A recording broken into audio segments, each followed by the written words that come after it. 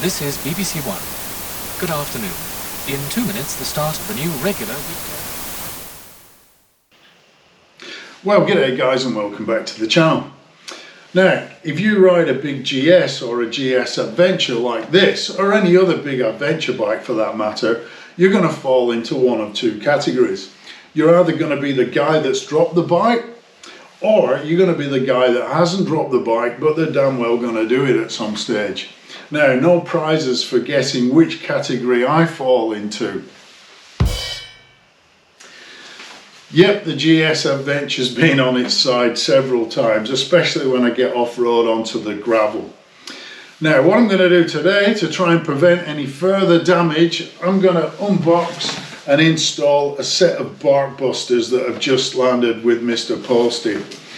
So if you're thinking about installing a set of Barkbusters, stay tuned to the video.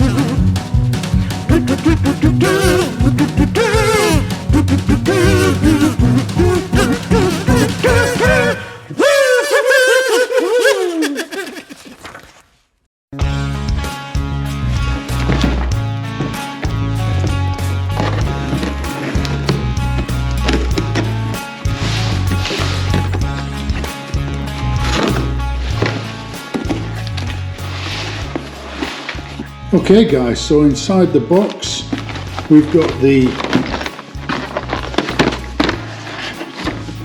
2-point connection, aluminium, aluminum or alloy depending on where you live. So that's the actual frame. You've got the mounting clamp in there. You can see that this is designed specifically for my 1250 GSA. And you've got the various types of handguard shields on the back. I've actually opted for the Barkbusters VPS in silver. So we'll go ahead and unpack those, and they've thrown in some key rings and some decals, some stickers. Okay, so we'll take these out of the packaging and move back to the bike and start stripping off the original handguards. Okay guys, so the first thing we're going to have to do is strip off the original guards. We're going to start at the bar end there, and for that you're going to need a Torx 50. I'm using a ratchet, just makes things a little bit quicker.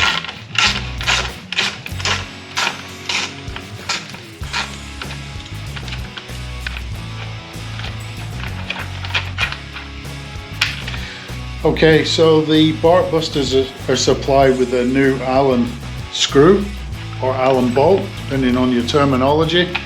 So you're not going to need to keep that, but maybe down the line you might want to sell the bike, so put it somewhere safe. Then you're going to need to keep that piece and the bar end weight. Okay, then we'll move to the front of the original guard. Okay, once we've removed the bolt from the end of the bars, we're going to move over to the front support. For that, you're going to need a Torx 15.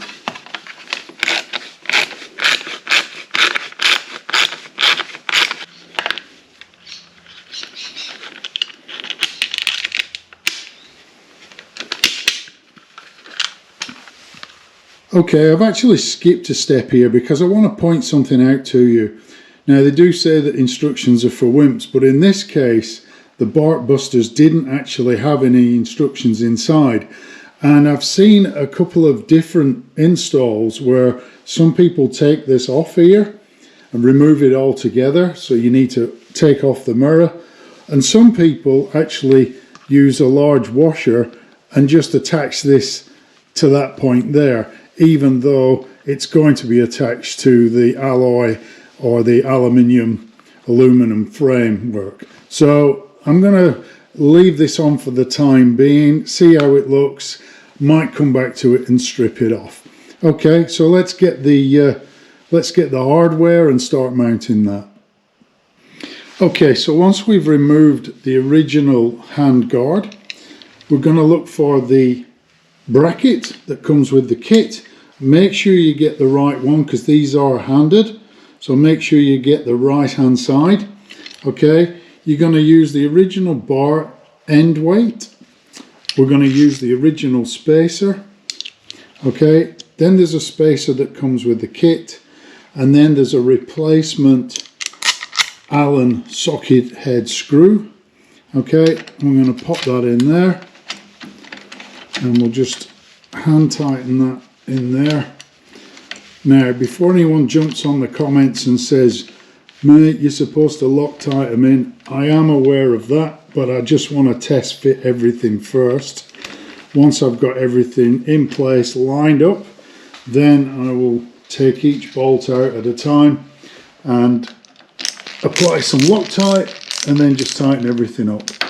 So we'll just leave that sort of hand tight for now, and then the next thing we're going to do is spin around the bars and put on the clamp on this side. So I'll move the camera so you can get a good view of that. Okay, so the next piece that we're going to install is the clamp. The clamp, believe it or not, clamps around the bar there. So we'll take these two bolts out and feed this in from the side. However, we need to loosen off these two torques just to give us a little bit of movement in there so I can slide this in. Now, if you've got all this already set up and you're a bit worried about getting everything back in the right place, what I recommend you do is actually put a little pencil mark on the inside there, and then you can just line everything back up so you know you've got it in the right place. So I'm going to grab some Torx keys, undo those, and then we'll slide this clamp in. Stay tuned. Okay, so you're going to need a Torx or a T30 to undo these, and I've got that on a little ratchet, and we'll just slacken those off.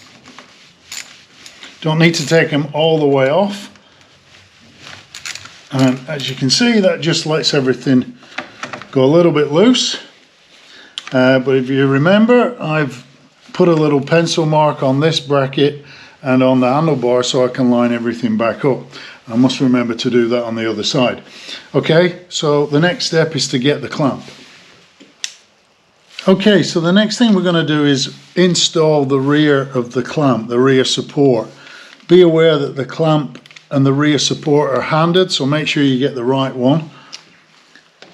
And just take things nice and gently for a start. There we go. We don't want to cross thread anything. As I mentioned earlier, I am going to come back and Loctite everything up. I just want to get a test fit first. Once I've done that, I will take a bolt out or a set screw out at a time and just apply some Loctite and just tighten everything up. Okay, so the next thing to do is locate the countersunk screw, set screw, bolt, whatever you call them, and then that goes through into the rear support.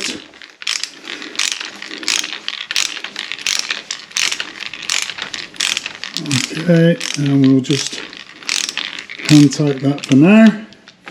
As I said, I'm not quite decided on this bit yet. Might take that off completely. Let's have a look at how things look afterwards.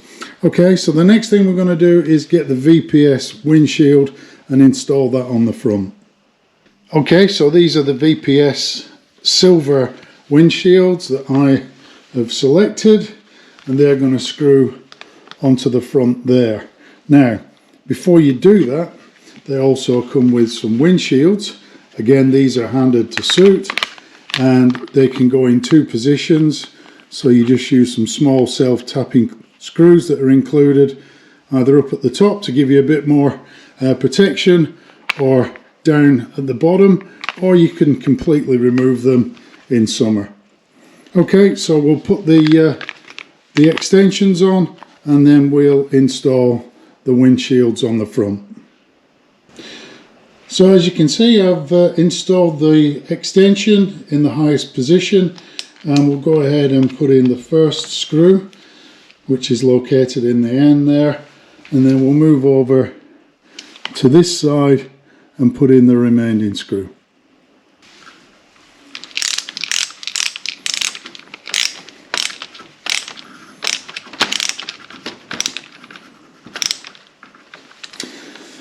No need to over tighten those, they're just self-tapping screws. Okay, now we've got everything installed. I'm going to remove the bolts, tighten up the switchgear clamps, and Loctite everything in place. Well, there you go guys, a relatively easy install that anybody with basic skills can take on. Don't forget to smash that like button and subscribe for future videos. For the time being, let's look at some more poor buggers falling off expensive motorcycles. Ride safe and have a great day.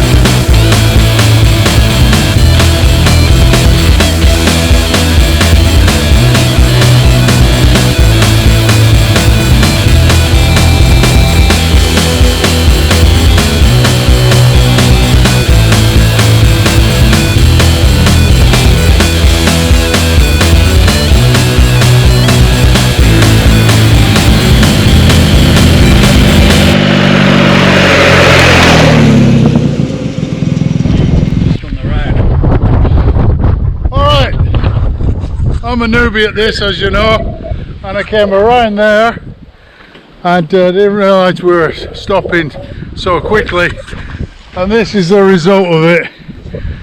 So the GS is being killed, it's over on one side. Alan is having a good laugh. Nice work, Alan. It's your fault for stopping so suddenly, and it's Dave's fault for not flagging me down. Alright, okay, we'll pick the GS up and see if there's any damage and then continue on. Okay, stay tuned.